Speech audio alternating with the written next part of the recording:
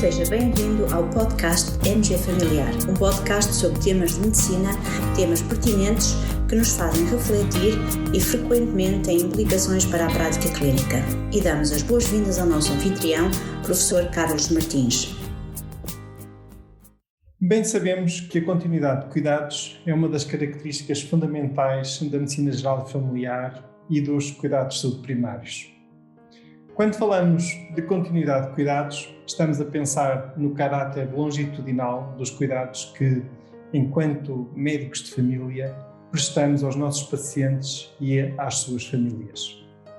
Os nossos pacientes são nossos pacientes hoje, amanhã, daqui a um mês e frequentemente ao longo de vários anos. Para nós, esta continuidade dos cuidados que prestamos é uma das riquezas da nossa especialidade. Mas será que existe alguma prova científica de que a continuidade de cuidados seja benéfica para a saúde dos nossos pacientes? Por exemplo, existirá alguma evidência científica que demonstre que a continuidade de cuidados se associa a uma menor mortalidade? Para nos ajudar a responder a esta pergunta, temos connosco mais uma vez a professora Sofia Batista. Olá Sofia, muito bem-vinda a este episódio do nosso podcast MG Familiar. Antes de nos falares sobre uma revisão publicada recentemente no British Journal of General Practice, gostava de te perguntar, já havia alguma evidência científica prévia que demonstrasse benefícios da continuidade de cuidados, nomeadamente na redução da mortalidade? Sim, a primeira e única conhecida revisão sistemática prévia era de 2018, publicada no BMJ Open, uma revisão sistemática de Dennis Gray e colegas, que incluiu estudos observacionais e que encontrou uma associação protetora entre a continuidade de cuidados e a mortalidade, portanto, em que uma maior continuidade de cuidados se associou a uma menor taxa de mortalidade por todas as causas, e de referir que esta revisão sistemática incluiu médicos dos cuidados de saúde primários e dos cuidados secundários também. Muito bem, muito interessante. E então, sobre esta revisão mais recente, que foi publicada no British Journal of General Practice, o que é que tens para partilhar connosco? Esta última revisão sistemática realmente é de agosto último, de Richard Baker e colegas, intitula-se Primary Medical Care Continuity and Patient Mortality, a Systematic Review. Nesta revisão sistemática, em que foram pesquisadas bases de dados, nomeadamente a Medline, Embase, PsycInfo e também a chamada literatura cinzenta, a Grey Literature, até julho de 2019, em termos de estudos selecionados, qualquer estudo original quantitativo poderia ser incluído e depois, portanto, os revisores fizeram a seleção de estudos e a extração de dados de maneira independente, com as divergências resolvidas por um terceiro revisor, usaram uma ferramenta de avaliação de risco de viés, que é a Mixed Methods Appraisal Tool, e de referir também que, embora estes fossem os estudos que estava planeado incluir, depois, de acordo com o que foi encontrado, apenas foram incluídos estudos observacionais, portanto, estudos de coorte retrospectivo e estudos transversais. E também mais uma nota é que estava planeado, havia um plano para proceder a meta-análise, mas de facto os dados não o permitiram e, portanto, a revisão sistemática não prosseguiu para a meta-análise. Muito bem. Portanto, do ponto de vista metodológico, parece-te uma revisão bem construída. Quais as principais conclusões desta revisão, então?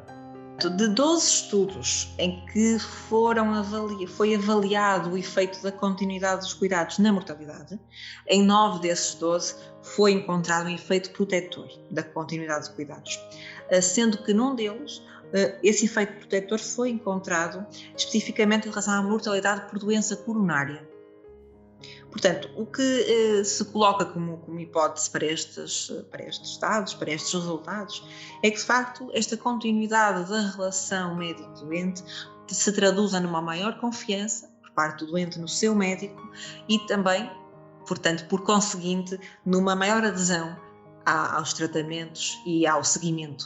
Muito interessante. Então, no fundo, quando nos falas de um efeito protetor, no fundo, quer dizer que, pelo menos em 9 estudos, se verificou uma associação com uma menor mortalidade por todas as causas e até houve um estudo em que se verificou uma associação com menor mortalidade por doença cardiovascular. Percebi bem? Exatamente isso. Muito, muito interessante. Na verdade, esta pergunta, se a continuidade de cuidados traz benefícios para a nossa população, é uma pergunta importante. Frequentemente somos confrontados com ameaças à continuidade de cuidados. Por vezes surgem algumas ideias de modelos alternativos da organização de cuidados de saúde que colocam em causa a continuidade de cuidados. Por exemplo, a promoção de PECs, ou pacotes de exames de saúde, ou pacotes de exames de rotina, ou promoções que levam o cidadão a consumir cuidados de saúde como quem consome produtos do hipermercado. Mas nem precisamos olhar para esse tipo de iniciativas para ver a continuidade de cuidados ameaçada. Basta pensar na realidade que estamos a viver. No contexto desta pandemia, fruto da necessária reorganização dos cuidados de saúde, a continuidade de cuidados tem sido colocada muito em causa e para muitos portugueses podemos até falar de descontinuidade de cuidados. No terreno, sentimos os problemas que isso está a trazer à nossa população e basta olhar para o aumento da mortalidade por outras causas que não Covid. Por tudo isto, esta revisão sistemática é muito pertinente e as conclusões da mesma devem servir de alerta para todos nós e, sobretudo, para quem tem poder de decisão, nomeadamente no Ministério da Saúde. Obrigado, Sofia, por nos teres trazido este estudo. E já agora, nós no MG Familiar gostamos muito de ir para além da medicina e nessa perspectiva, deixa-me perguntar, andas a ler algum livro? Queres sugerir algum livro ou até algum filme para os nossos colegas nesta época de Natal? O tempo às vezes escasseia, eu gosto muito de ler. Mas realmente ando a ler um livro que é um livro muito compatível com estas nossas com esta nossa vida exigente e por isso gostava de partilhar. Então diz que estamos curiosos. Ora bem, tem sido uma leitura que tenho partilhado em família todas as noites.